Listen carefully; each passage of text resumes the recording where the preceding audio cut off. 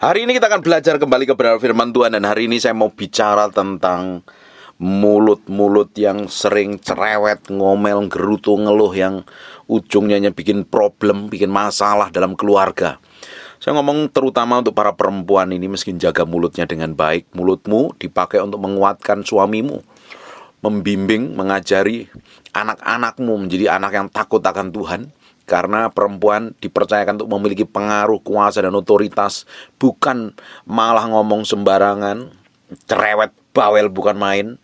Dan kalau memiliki pasangan yang gak bertobat, ditambah dicerewetin, dan dipikir dengan cerewetnya suaminya bisa berubah. Bukan malah berubah, malah bikin jengkel dan bikin marah.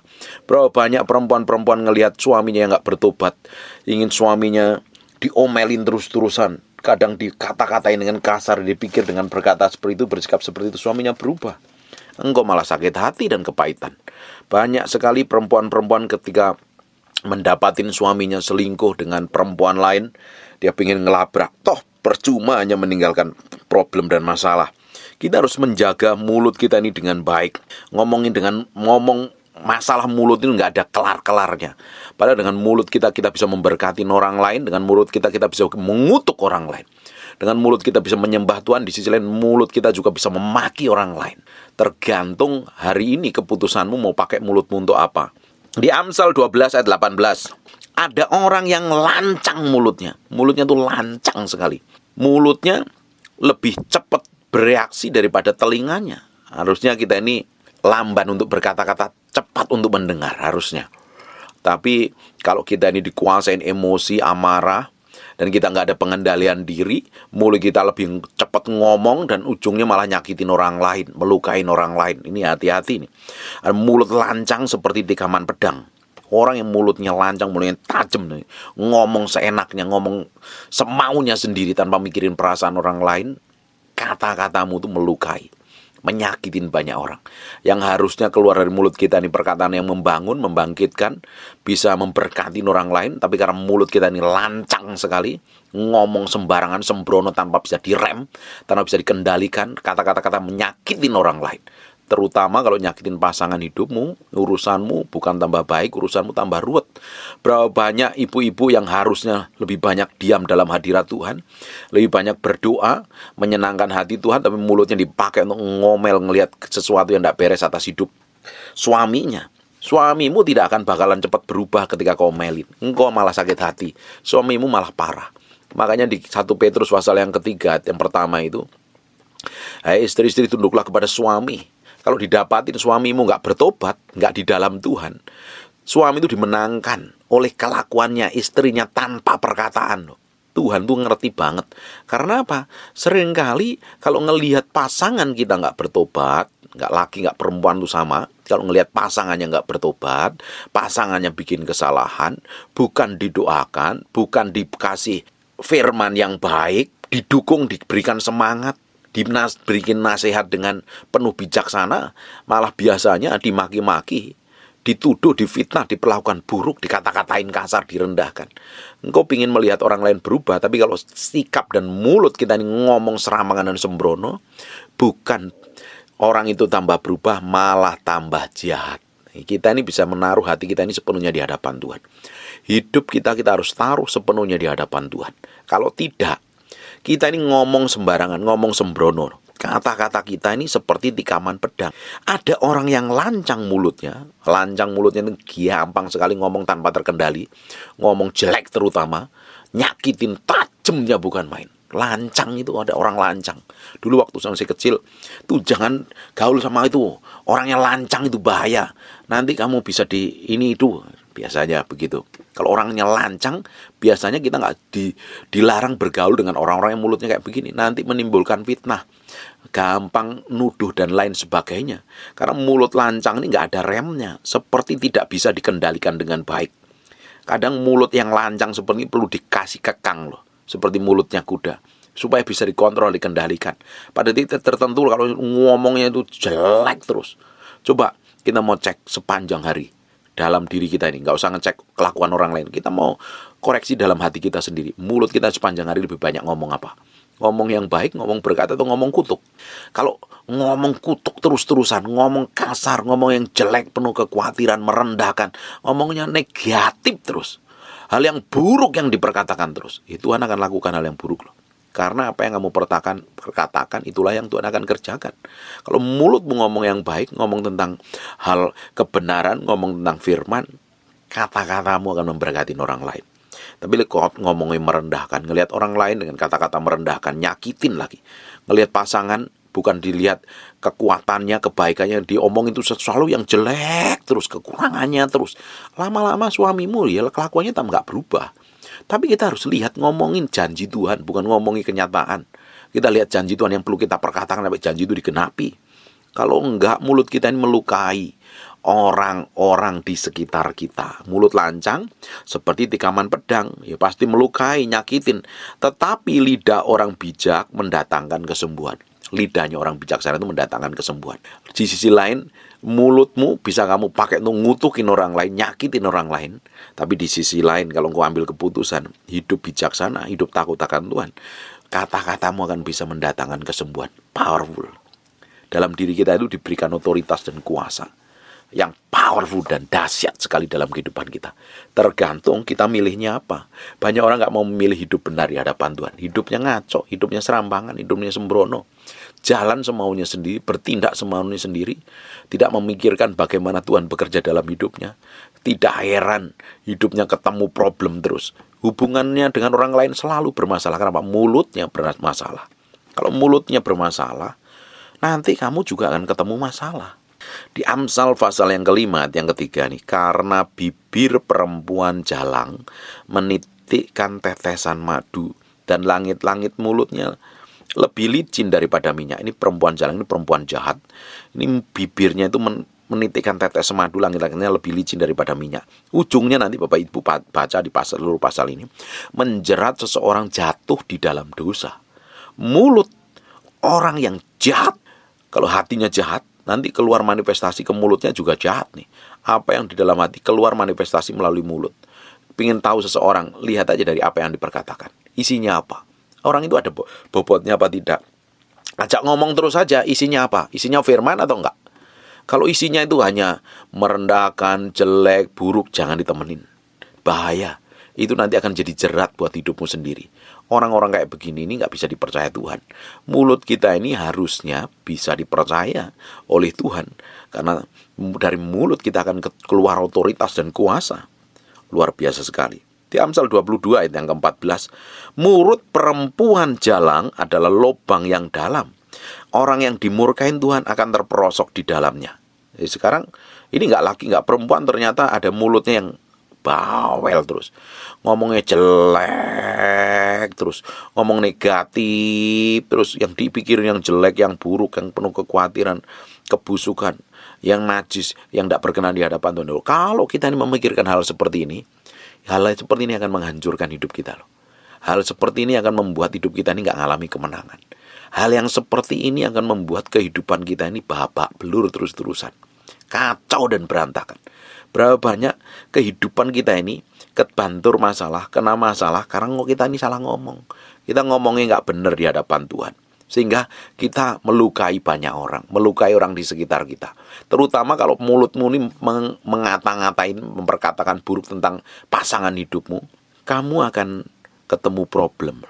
Harusnya mulut kita dipakai untuk memuji, memberkati, menasihatin, bukan berkata-kata yang jelek, berkata-kata yang kotor, berkata-kata yang tidak benar di hadapan Tuhan.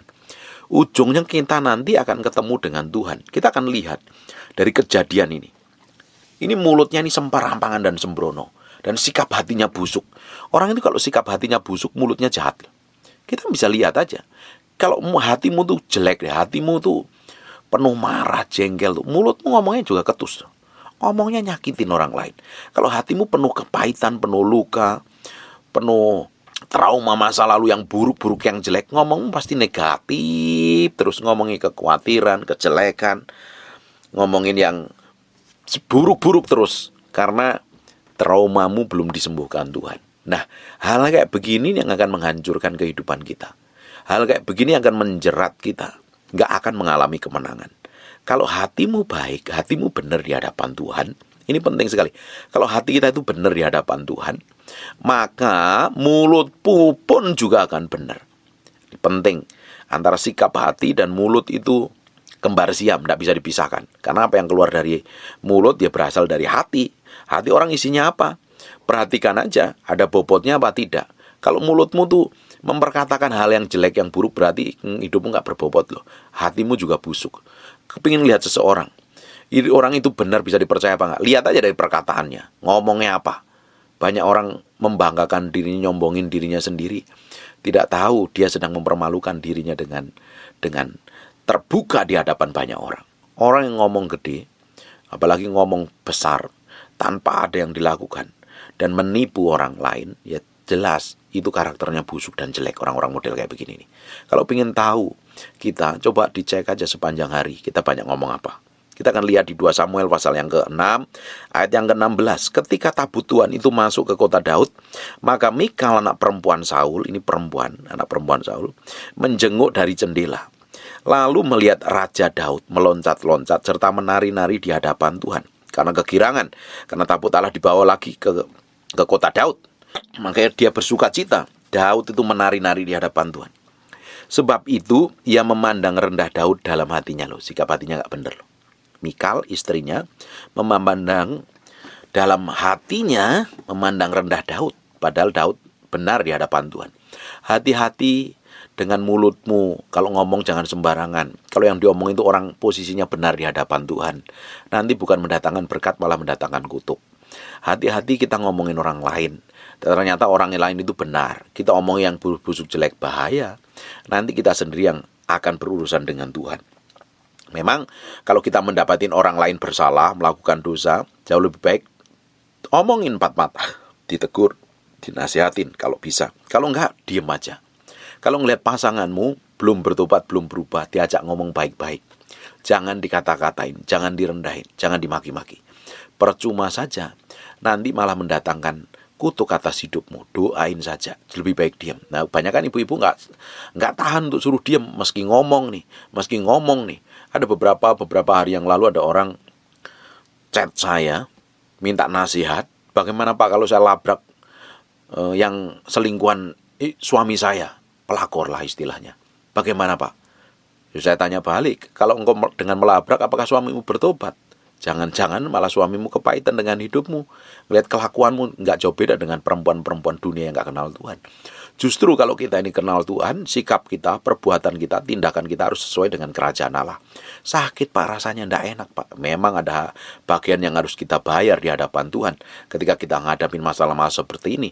Tapi ketika sikap kita ini benar di hadapan Tuhan, sikap kita ini yang paling benar, yang paling penting itu benar dulu di hadapan Tuhan. Kalau sikap kita ini benar di hadapan Tuhan, Tuhan sendiri yang akan bela, Tuhan sendiri yang akan campur tangan. Tapi kalau sikap hatimu tuh tidak benar di hadapan Tuhan, malah engkau bukan di pihak Tuhan, Tuhan berada di pihak musuhmu. Justru engkau melawan Tuhan. Engkau jadi bubur, engkau jadi babak belur. Tidak heran orang-orang model kayak begini hidupnya kacau dan berantakan, susah dipulihkan. Ini kita meski sadar diri, kita ini harus berada di posisi di dalam pusat kehendak Tuhan. Posisi kita adalah posisi benar di hadapan Tuhan. Tapi kita akan lihat, karena Mikal memandang rendah dalam hatinya, akhirnya apa nih? Di ayat yang ke-20 perhatikan. Ketika Daud pulang untuk memberi salam kepada seisi rumahnya, maka keluarlah Mikal, binti Saul mendapatkan Daud, katanya. Tadi di dalam hatinya, sekarang ketemu orang yang langsung ngomong. Karena apa? Yang keluar dari mulutnya itu berasal dari hatinya Mikal. Betapa raja orang Israel menelanjangi dirinya, ngomongnya merendahkan. Pada hari ini di depan mata budak-budak perempuan, para hambanya merasa dirinya terhormat. Pada hari ini seperti orang hina dengan tidak malu-malu menelanjangi dirinya. Dia ngomong seperti ini. Karena apa? Dari dasar hatinya itu memandang rendah. Orang itu kalau memandang rendah orang lain, dari keluar dari mulutnya itu merendahkan, memojokkan, menghakimi, menuduh dan memperlakukan orang lain semaunya sendiri. Tapi lihat apa yang diterima Mikal. Dia tidak tahu bahwa Daud ini posisinya benar di hadapan Tuhan. Makanya jangan kita ini sembarangan dan sembrono dengan orang-orang yang posisinya benar di hadapan Tuhan. Kalau kita hanya tahu separuh-separuh, lebih baik diam. Kalau kita ini nggak tahu sesungguhnya kehidupan dia, masih dari dalam area abu-abu, kita nggak tahu karena kata orang saja, kita nggak kenalin, jauh lebih baik diam. Diam itu jauh lebih baik daripada kita mendatangkan kutuk. Tapi kalau kita tahu nih ada orang nih udah jatuh dalam dosa tapi hidupnya tetap melayani Tuhan, tetap di mimbar. Kalau punya kesempatan diizinkan Tuhan, omong empat mata, kasih nasihat, kasih tegur. Kalau kita nggak kenal, diam aja, doain aja. Kalau kan dia khotbah, nggak usah dengerin, ngapain dengerin pengkhotbah? Orang hidup dalam dosa, cerai kawin lagi didengerin buat apa? Hidupnya aja melawan firman Tuhan. Buat apa didengerin? Dengerin hamba Tuhan yang benar. Hamba Tuhan yang benar itu banyak kok. Makanya kita mesti hati-hati nih, sikap hati kita nih, mulut kita ini jangan ngomong sembarangan. Jangan menilai orang sembarangan, merendahkan orang lain, perlakuan buruk orang lain, mengata-ngatain orang lain. Nanti bukan kita terima berkat, nanti malah kita terima kutuk. Ini yang penting, kita jagain dengan baik. Perhatikan ayat yang ke-23 di 2 Samuel 6 ayat 23. Maka Mikal binti Saul tidak mendapatkan anak sampai pada matinya. Gara-gara ngatain Daud loh. Sikap hatinya buruk terhadap suaminya sendiri, jelek. Padahal suaminya benar posisinya di hadapan Tuhan. Kalau suamimu posisinya itu nggak benar di hadapan Tuhan, lebih baik diam, jangan dikata-katain. Serahin sama Tuhan. Minta petunjuk Tuhan, apa yang harus kita perbuat, apa yang harus kita putuskan, apa yang harus kita lakukan. Jangan bertindak semaumu sendiri. Nanti ketemu masalah di kemudian hari. Kita melihat kejadian-kejadian yang terjadi dalam hidup kita dengan orang-orang yang kita cintai, orang-orang yang kita kasih dalam keluarga kita. Sikap kita harus benar di hadapan Tuhan. Kalau salah ngomong, sikap hatinya busuk, nanti manifestasi yang keluar dari perkataan kita juga busuk. Ujungnya kita akan terima kutuk, bukan terima berkat. Hari ini kita harus belajar taruh hati kita ini sepenuhnya di hadapan Tuhan. Sepenuhnya di hadapan Tuhan. Biar Tuhan sendiri yang beracara. Biar Tuhan sendiri yang bekerja. Biar Tuhan sendiri manifestasi dalam kehidupan kita dengan caranya yang ajaib dan luar biasa. Saya berdoa, Bapak Ibu, hari ini sikap hatimu harus benar. Mulutmu harus ditaruh dalam pusat kehendak Tuhan. Yang biasanya ngomel terus. Biar ada istri ya. Karena dulu suaminya pernah bikin kesalahan. Parah. Terus hari ini suaminya bertobat gitu. Tapi ngomelnya masih. Ini mesti belajar dikurangin. Apalagi kalau suamimu belum kenal Tuhan. Jaga mulutmu dengan baik. Jangan malah menghancurkan. Jangan memiliki mulut perempuan jalang. Perempuan yang jahat, yang cerewetnya bukan main. Belajar ngomong, mulut dipakai ngomong kebenaran firman Tuhan. Bukan untuk nyerocos gak jelas. Ngomel gak jelas. Memperkatakan, merendahkan, memaki. Kita pakai mulut kita untuk memberkati. Menjadi berkat, menjadi kepanjangan tangan Tuhan. Kita akan melihat hidup kita itu diberkatin Tuhan. Tapi kalau mulut kita ini jahat, busuk, jelek, nanti ketemunya problem. Seperti Mikal, ujungnya ketemu problem. Berurusan sendiri dengan Tuhan. Kalau mulut kita pakai sembarangan, kita ngomongin orang lain, dan ternyata orang lain itu diurapin Tuhan, posisinya benar di hadapan Tuhan, kamu jadi pihak yang melawan Tuhan. Ujung hidupmu jadi babak belur nanti. Jauh lebih baik kita pakai diam, lebih baik diam. Kalau ribut dengan pasangan Pak, bagaimana Pak? Kadang dia ngata-ngatain, diam, itu lebih baik. Jangan bawel, jangan cerewet, jangan menyerang balik, ngata-ngatain balik.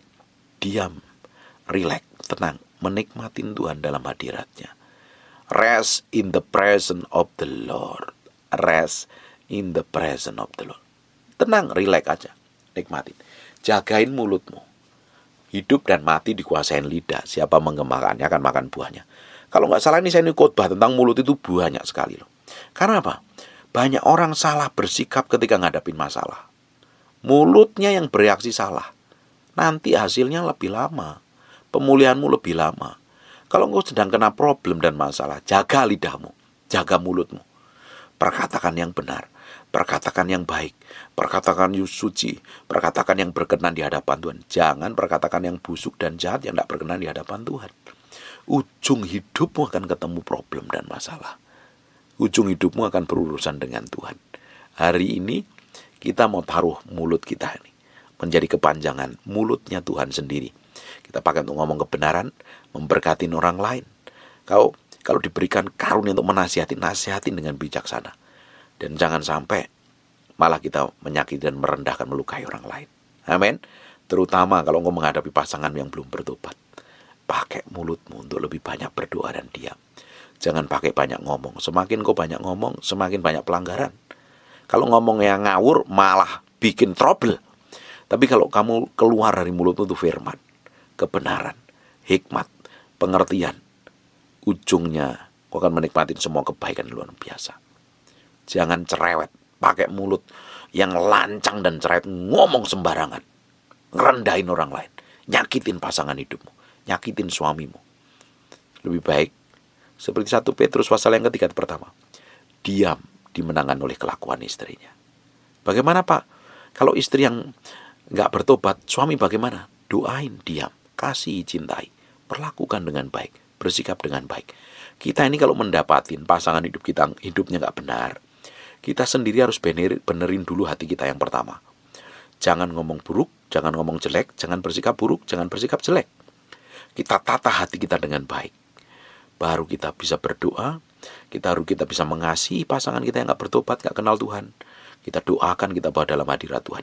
Kalau kita bisa mengendalikan diri kita dengan baik, justru dengan mudah pasanganmu yang hidupnya ngaco, hidupnya ngawur, yang belum kenal Tuhan, yang hidupnya kasar mulutnya, jahat, dia akan segera diurusin dengan Tuhan. Kalau kita ini beres di hadapan Tuhan, hati kita beres, hati kita murni, hati kita ini didapatin berkenan di hadapan Tuhan, Tuhan akan beresin pasangan hidupmu yang hidupnya ngawur. Penting, hatimu. Jagalah hatimu dengan segala kewaspadaan, sebab dari sanalah terpancar kehidupan. Suamimu nanti akan ngelihat yang belum bertobat itu. Pancaran kehidupan, ada karakter Kristus yang manifestasi melalui mulutmu dan tindakanmu dan ucapanmu. Istrimu yang belum bertobat, yang ngawur hidupnya, karena engkau jaga hatimu dengan baik, ditaruh sepenuhnya di hadapan Tuhan, dia akan melihat kemuliaan Tuhan yang manifestasi melalui kehidupanmu. Hidup kita akan mencerminkan kemuliaan Tuhan yang dahsyat dan luar biasa. Hanya ujungnya untuk mempermuliakan nama Yesus Kristus Tuhan, yang ditinggikan, yang diagungkan. Amin. Cerewet, belajar, ditaruh lidah bibir kita di hadapan Tuhan. Yang lihat, kasar mulutnya, yang tajam mulutnya, lancang, taruh mulutmu di hadapan Tuhan. Jadikan korban, biar didapatin berkenan di hadapan Tuhan. Kita akan melihat hidup kita penuh kuasa otoritas. Perkataan kita akan memberkati banyak orang dan mempengaruhi orang lain kepada Kristus. Amin. Tutup matamu, tutup Alkitabmu, kita berdoa. Bapak, terima kasih buat firman-Mu. Ajarin mulut kami supaya tidak lancang. Ajarin mulut kami supaya tidak cerewet, ngomong yang gak jelas. Ajarin mulut kami untuk ngomong, memperkatakan kebenaran firman Tuhan, menjadi berkat bagi banyak orang. Terima kasih Tuhan.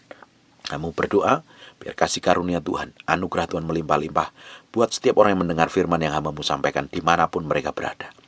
Dijamah Tuhan, dikuasai mulutnya, belajar mengendalikan dan memperkatakan berkat, dan memperkatakan berkat.